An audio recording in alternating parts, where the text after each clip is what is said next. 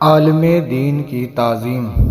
حضرت امام احمد بن حنبل رحمہ اللہ نہر کے کنارے بیٹھ کر ایک وضو فرما رہے تھے۔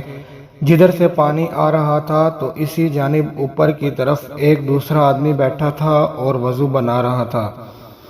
اس نے سوچا کہ میرا وضو کا پانی امام احمد بن حنبل کی طرف جا رہا ہے، یہ تو ادب کے خلاف ہے۔ تو اٹھ کر امام صاحب سے نیچے کی طرف بیٹھ گئے۔ تو یہ بندہ جب انتقال کر گیا، کسی نے خواب میں دیکھا، پوچھا کہ کیا حال ہے؟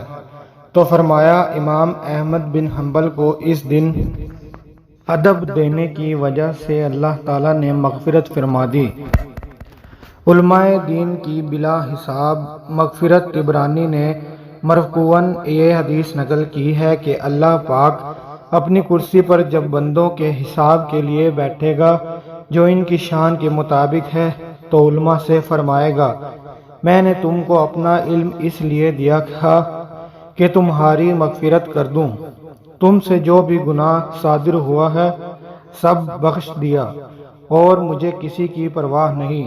ہمیں بھی علماء کرام کی عزت کرنی چاہیے، اس سے ہمیں اللہ تعالیٰ اجر و ثواب سے نوازے گا، جس کا ہمیں قیامت کے دن بھی فائدہ ہوگا۔